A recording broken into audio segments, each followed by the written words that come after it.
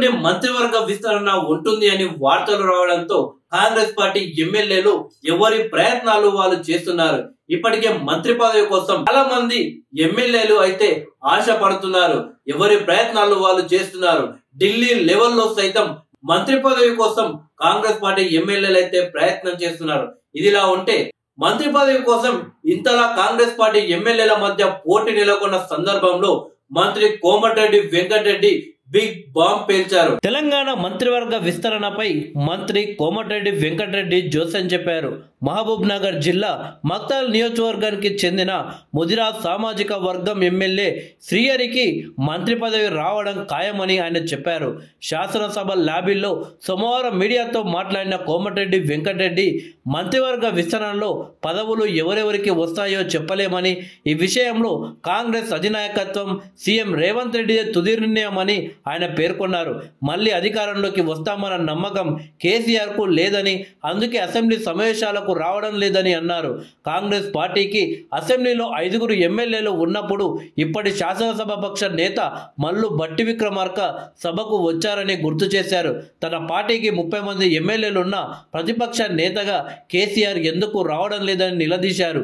కేసీఆర్ శాసనసభకు రానప్పుడు ఆయన కొడుకు, అల్లుడు, బిడ్డలను పట్టించుకోవాల్సిన అవసరం లేదని అన్నారు. రాజకీయాల్లో హుందాతనం అవసరమని, కేటీఆర్, హరీష్ రావుకి అవి లేవని ఆరోపించారు. నియోజకవర్గాల పునర్విభజనలో 34 అసెంబ్లీ సీట్లు, 7 ఎంపీ సీట్లు పెరుగుతాయన్నారు. జమిలీ ఎన్నికల ముసాయిదా సిద్ధమైందని అంటున్నారని పేర్కొన్నారు. సీఎం, మంత్రులు ప్రజలకు అందుబాటులో ఉంటున్నామని చెప్పారు. ప్రతిపక్ష హోదా లేకపోయినా మల్లికార్జున ఖర్గే, అధీర్ రంజన్ చౌదరి పార్లమెంట్ సమావేశాలకు హాజరయ్యారని చెప్పారు. రాష్ట్ర బడ్జెట్ సమావేశాల వరకు పాత అసెంబ్లీ ఆవరణలో ఉన్న శాసన మండలి భవనం సిద్ధమవుతుందని పేర్కొన్నారు. రాజకీయాల్లో గెలుపోటములు సహజమని, ఇందిరాగాంధీ, ఎన్టీఆర్ లాంటి వాళ్ళే ఓటమి పాలయ్యారని అన్నారు.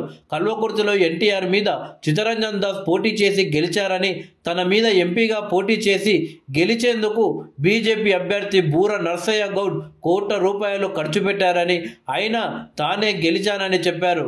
ప్రతిపక్ష పార్టీ ఎంపీగా ఎన్నో రోడ్ ప్రాజెక్టులు తీసుకువచ్చానని తెలిపారు.